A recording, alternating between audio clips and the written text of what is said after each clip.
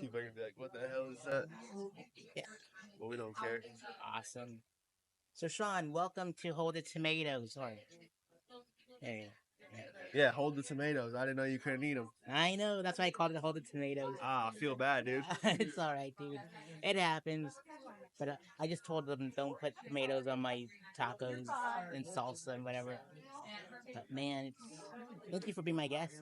Dude, thanks for having me. You're welcome, dude. Thanks for the tacos. Hell yeah, dude. So, what made you pick the taco shack in New Smyrna Beach? All right. Awesome. We've got the hard chicken, no tomato. Yep. Thank you kindly. And then the shrimp and steak burrito. Awesome. Thank you so much. You bet. Enjoy. Thank you. Yeah. Man, friendly staff? No. Yeah, she's pretty awesome. No, they're really cool here. I just found out about this place like a couple weeks ago. And I'm like, dude, I drive by it all the time, never stopped in, but Hand sanitizer? oh no, I'm good, dude. Okay. I just washed my hands. The food is phenomenal. So can't really beat it. And they have interracial silverware. They're progressive for sure. Very. Sometimes you get a black knife and a white fork. You never know what you're gonna get. They're just gonna be fucking around. Yeah. Yeah. I'm gonna eat a burrito with a fork and a knife too, so hopefully your fans aren't like, who the hell eats a burrito with a fork and a knife? Well, it has salsa on it. Don't get your hands dirty. I know, dude. Normally I go hand to hand combat with it, but with something like this, I go fork and knife. How is it? Pretty good. It's crazy. I love me some crispy tacos. Oh man. And so, what did you pick your burrito? What's so special about the burrito? I'm just a burrito dude, man. Like, I love a good taco, but sometimes you just gotta go full burrito. For real. I don't know. Yeah. I just like, I like when all the ingredients are hidden, you know? That's like a convertible. This is like a coupe. It's got a roof on it. Yeah. For sure. Like a hard top and then a soft top Yeah. to go with it. Well, that one place, Gringos, they'll do like a hard and a soft shell, which is cool, but sometimes I like one or the other.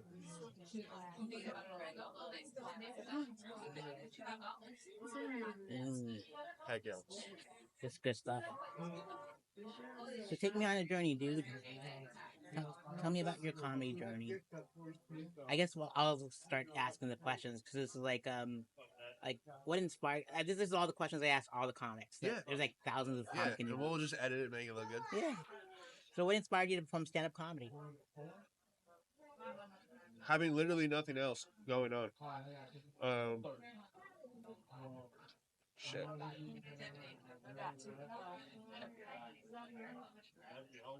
I was 20, 21. I was living in California.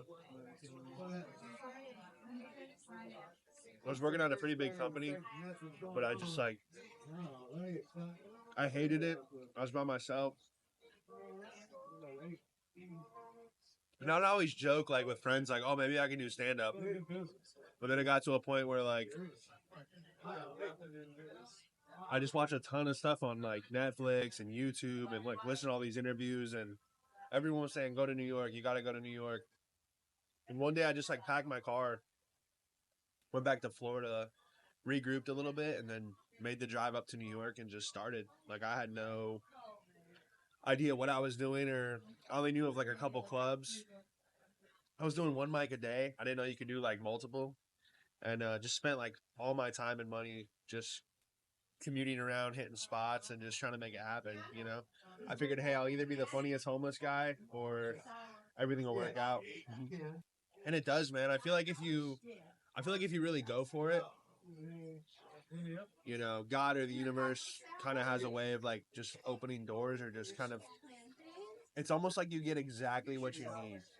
Like you have enough just for like food or just for rent, and it's like you ever play the game or one of those games where it's like time extended? Yeah. That's kind of how it feels. Like, whew, thank God I got to that checkpoint with 3 seconds left. It's kind of Now like I have those. another week to survive. Yeah. It's like those racing games, like the old NES ones, like Rad Racer or something. Yeah, I was thinking of like Hydro Thunder. Hydro That's Thunder. my shit. Hell yeah, dude. Yeah, I'm telling my age. Like, Rad Racer 3D when you click select. NES, can't be there. Oh man. But yeah, dude, I feel you on that one. The universe does have a way of like, propelling you forward. Good stuff. And so, what was it feeling like when you first performed stand up? The first mic was just kind of, you realize you're just talking to 12 other comedians, and you're like, you get a couple laughs, and you're like, okay, I guess like I'm okay with it. Like, it wasn't a kill, it wasn't a bomb, it was just, all right, we did it. But I remember just being like really nervous, and then just kind of like, okay, that's it. This is what it is. It's a weird thing your first time. And then also after that I realized like I'm never gonna quit from the first one, because I had already committed so hard to just throwing myself into the wolves of like, you're in New York and you know nobody. So let's work. It's very like isolating, but I feel like you need that to, like, that's where all the creativity comes from. Oh, big time. So yeah, and then just the energy of that city, and to be able to call yourself like a New York comedian, I felt like there was like pride in that. Now, not so much. I mean, you can blow up anywhere, but the whole game's changed. You know that.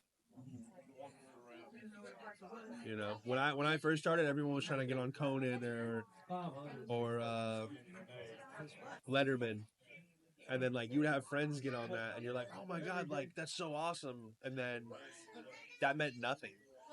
Like they'd be at the open mic the next day, like, yeah, it was pretty cool, but then you're like, okay, well, what's the answer? How do you progress in this? Some of the funniest guys go nowhere.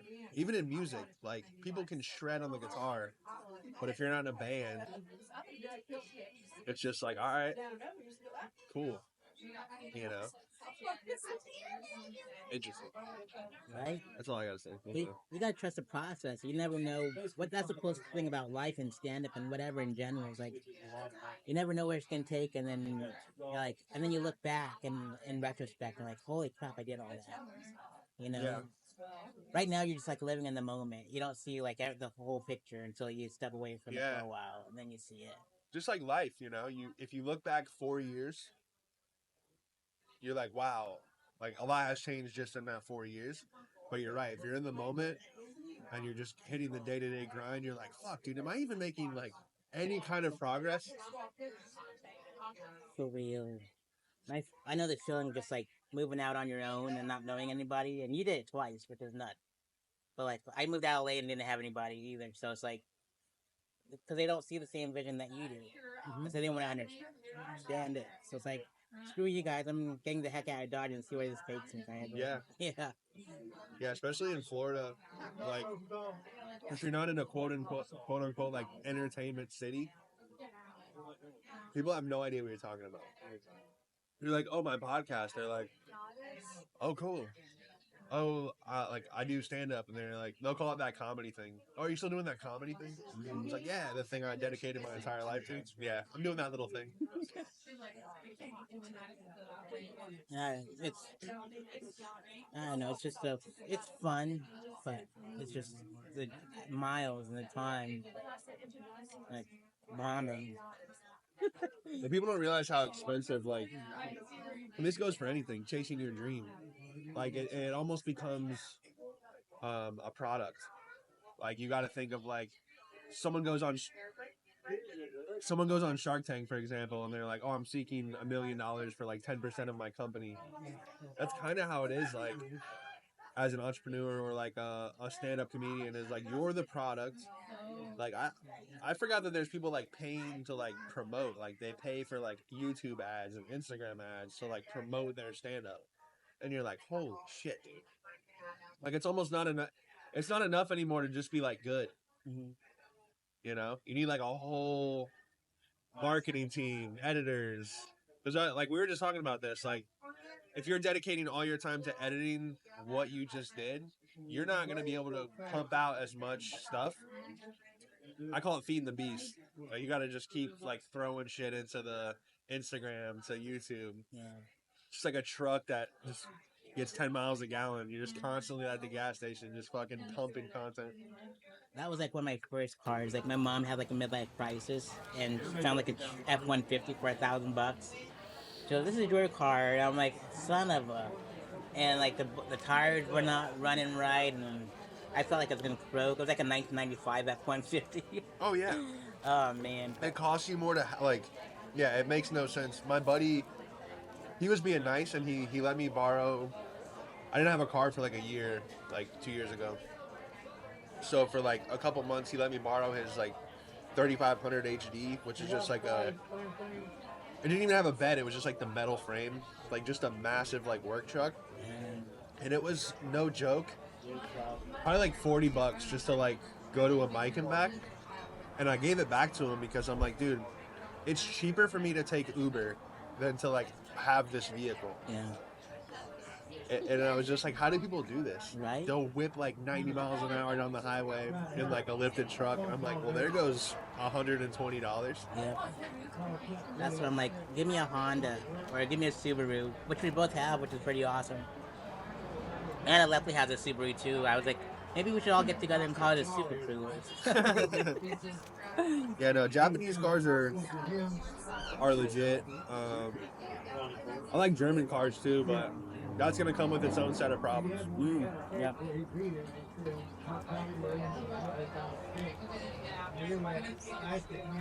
So, we got the first two questions down, and the third one is, like, what's your favorite? I know as comedians we don't watch them nowadays or listen to them nowadays, but growing up, Sorry. it's all good, homie. What were your favorite comedy specials, comedy record albums, and your favorite comedy podcasts? Man, first special I ever watched was Cat Williams. It's Pimp Chronicles, or It's Pimpin', whichever the green suit one was. I watched that in a trap house in Bradenton, Florida. And like every other joke, the door would knock, and people were like, "Shut the fuck up. Who is it?" And like someone would come in and buy some drugs and then leave. And that was like my first like comedy special experience. Like going from like everything was like so funny and you're having the best time to everyone's like, "Shh." But anyway, yeah, Cat Williams, Bill Burr. I like Daniel Tosh a lot. I would watch specials of people that like I like David Spade's specials just because it feels like he was like skating, like it was like effortless. Ron White had some good ones. I was just trying to watch everybody. I mean, I had this one lady. She was like a speech like comedy like expert, and she was telling me that you even have to watch the people that you don't like because you're just going to be able to pick something up from them that they do. So that was like pretty cool. But yeah, I was just like, you know, as corny as it sounds, you got to be like a student of the game. Big time. Constantly. You can always learn from everyone. And that's why I like being at the Nog, like front row seat, seeing everyone that bombs and or killed.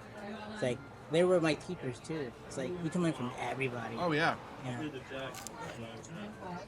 But yeah. Yeah, if you bomb, you learn so much. Yeah. And if you watch someone else bomb, you also learn, like, oh, you can see where they went wrong. Yep. I saw one of the Daytona comics that was like drinking all day this past Saturday. Yeah. And just bombed. I'll tell you off the record. I got you. Oh man, and it was great. But it's like, I can't believe you're drunk by noon. You were at the golf players championship or whatever. Oh yeah. And he's all drunk. But it's great. My favorite comedy podcasts? I try not to listen to them anymore. Yeah, me neither. They talk about nothing. I liked Bill Burr's and Joey Diaz. The Church of What's Happening Now. That got me through like a couple years of comedy where I was like, what am I doing? I feel you on that one. Cocksucker. I love it. Because they would drop gems, Yeah. and you would like listen close, like. Or if you hear another comedian's like story of like a hell gig or like nothing's going right, you're like, okay, I'm in that same spot. Like I'm not. Because a lot of times, even in life, you feel like, oh shit, I'm the only one that's going through this. But it's like, no, man, you're one of 10 million people that's dealing with the same issues, whatever it is. But like, you're never alone as far as like your struggle or your like current issue. So it's nice to hear someone else, as messed up as it is, it's nice to hear somebody else go through the same thing. Yeah. And it's pretty cool, like, how a family is formed around it, too. Yeah. Like, in Daytona especially, it's like, we're a small group, but, like, we look out for each other. Like, we're always saying, we love you, or I love you, or we got hugs. Yeah. And, like, they're, like, some of the wildest guys ever, but, man, it's good to have that, you know.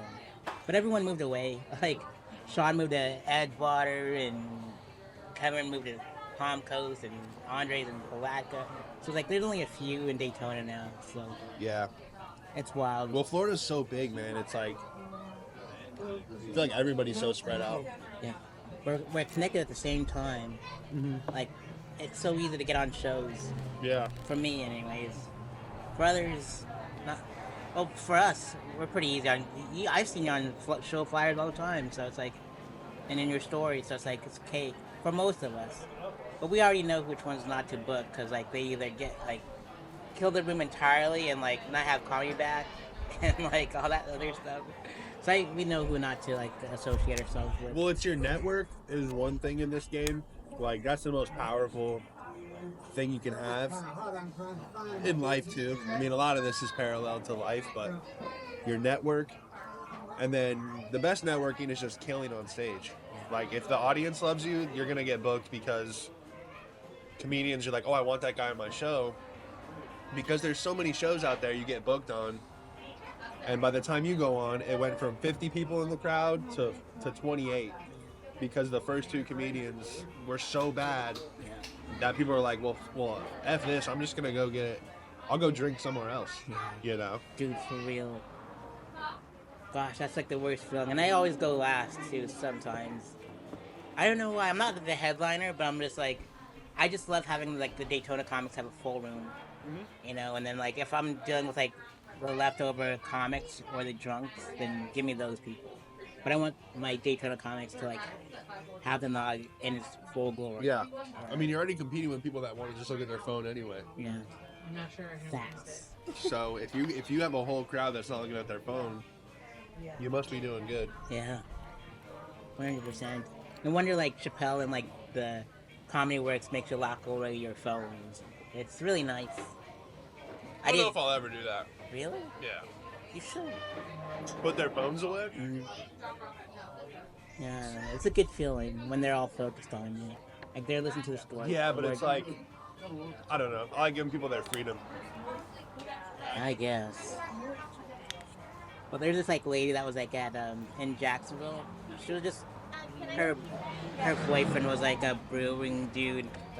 Uh-huh. I'll talk about that off, because Okay. we're going off comedy. Let's see here. If you can go on tour with any comedian, locally and internationally known, which comedians would you go on tour with? Like one that's already big? Local and international. I mean, obviously, like, my friends, like, my boy Nick Tallelli, he's up in New York. You know, I kind of started with him, so I would love to, like, go on tour with him. My buddy Gary Lelly. Big comedians? I don't know, man. The problem with that is, like, you know how they say never meet your heroes? It's very true, dude. It takes the magic away from it. So I don't know if I would tour with anyone, like, major at this point. Because I've met everyone that I've wanted to meet. And it's just cooler not. It's cooler just to only like talk to them in passing. But I feel like to hit the road with them, it would take that magic away. You know, and this is me coming from like someone who's been doing it 9 years. But like 2 or 3 years in, I'd be like, oh, I would want to go with this guy and this guy. But now it's like you know him. You're like, you know.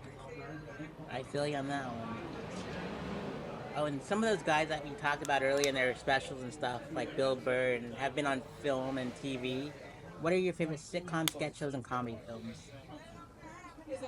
My favorite sketch, well, my favorite comedy film is Office Space, by far. I mean, it's so funny. You have to watch it like 10 times to really like understand it. Sitcom, man. You know, I watched a lot of the George Lopez show growing up. I thought that was like such a great show. Of course, I'm gonna remember after this. Do cartoons count? Yep. I loved Rocket Power. Shout out old school Nickelodeon. I think so many of those shows were great. SpongeBob used to be really good. As far as sitcoms, damn, what else did I watch? I mean, I watched Full House, Boy Meets World. It was like another good one. All that. That was like the kids' SNL. So, there were so many. Those are the only ones I can think of right now. I know as soon as I get in my car, I'll be like, oh, damn. But that all works for me. And so should we check if there's still room on? yeah, that's what I was doing earlier. Oh, yeah, we're good right now. Awesome. Fantastic. I'm going to cut it into parts. Okay. And then let's see here.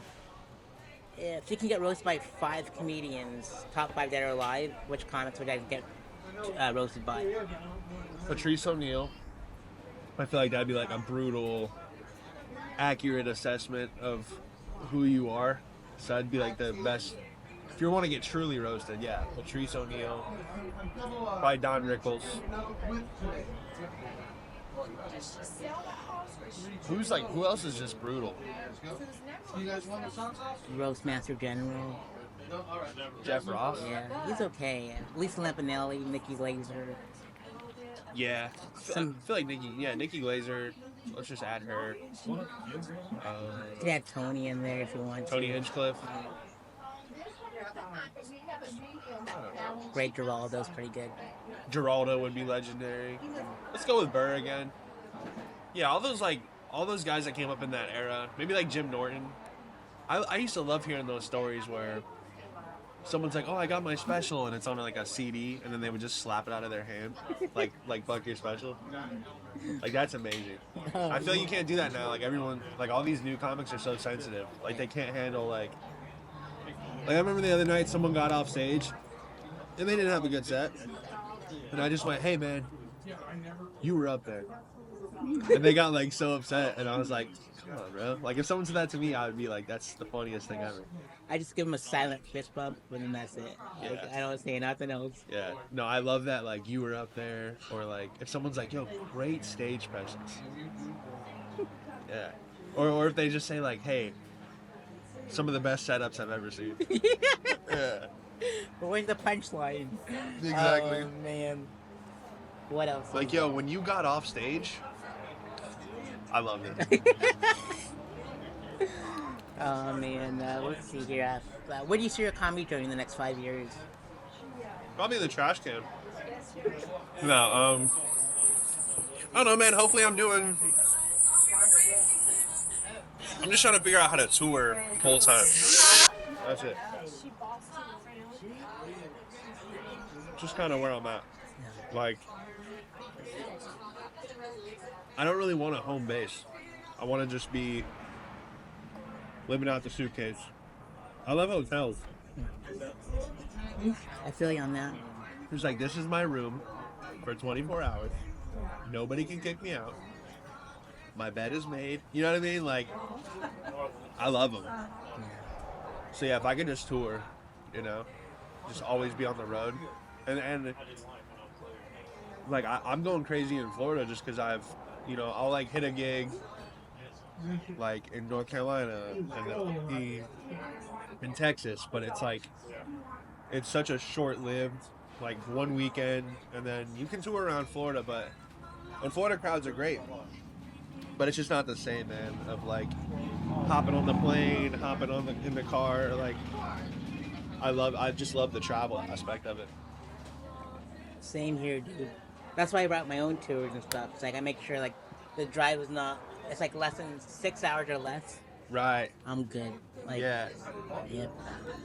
Yeah, but man, and like some of the best teachers are like Mike Stanley.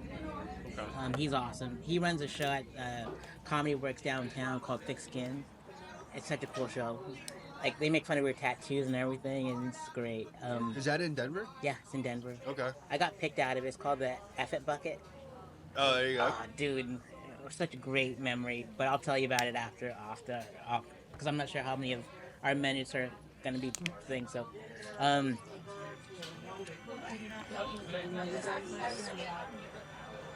all our Samsung phones sound the same. So I'm like, I'm glad that's not mine. Yeah, but let's see here. What's your favorite joke a comic has written? My favorite joke. Damn. That's really like a tough question.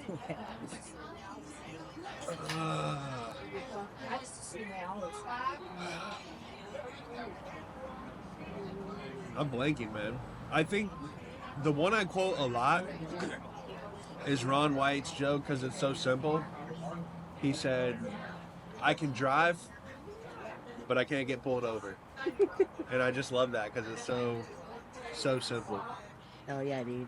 So I don't know if that's... That works for me. Yeah, but there's so many. I mean,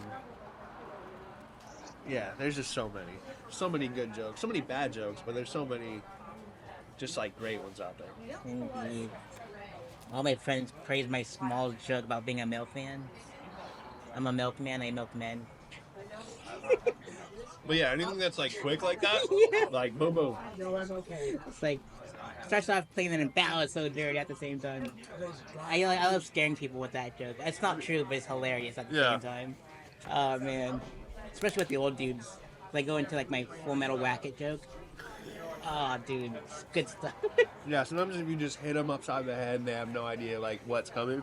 Yeah. Good times. Oh man.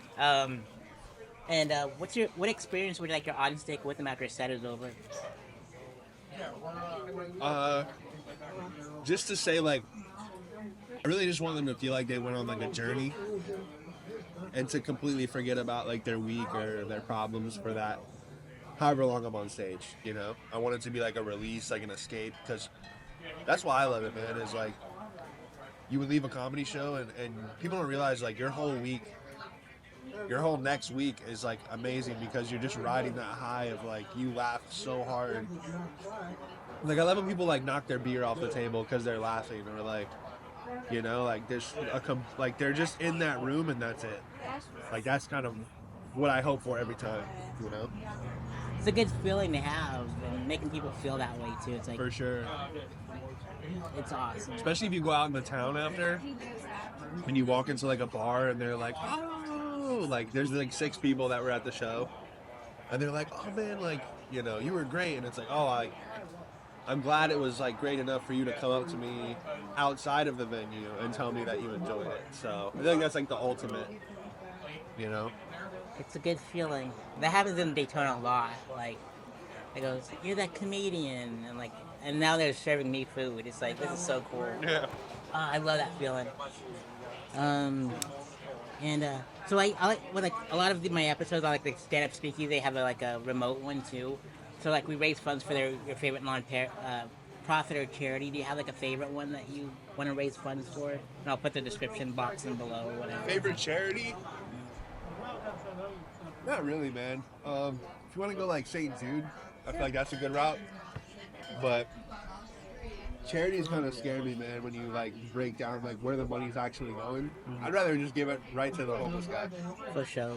Here's $2. It's kind of like Mr. Wendell, Arrested Development. It might not mean a lot to me, but it means a lot to you, kind of thing. Yeah. I gave a homeless guy a 20 downtown after a good set. And you could just see it in his eyes, like, I'm gonna buy so much crack with this. You have no idea. And I'm like, sir, smoke a bowl for me. Yeah, smoke a bowl for it. Oh man, and where can the audience find you online and on social media? And I'll put it in the description box. Yeah, Instagram and YouTube. Please help with the YouTube, man. Instagram's doing good, but they're both at I'm Sean Madden. I am SeanMaddben. So yeah, it's just what I say when I get off stage. Like, hey, you guys are great. I'm Sean Madden. That kind of came the name. So Oh yeah, dude. And which 5 Florida comics would you like to see on a future episode of Hold the Tomatoes? have you done Sean Murphy yet? Not yet, but we're thinking about sushi soon. Okay, Sean Murphy. Dude, why am I blanking today? No, Larry. We'll edit this out. Sean Murphy's like one of my C. favorites. Dillard. Yeah, he's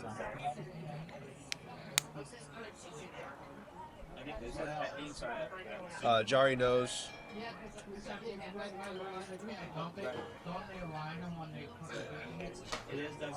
I can't think of anyone. That's wild. And you've been doing stand up with him for a long time.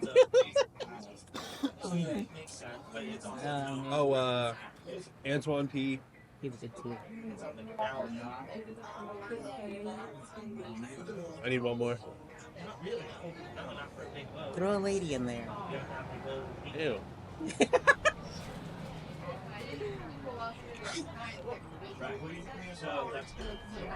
Tay tatted up.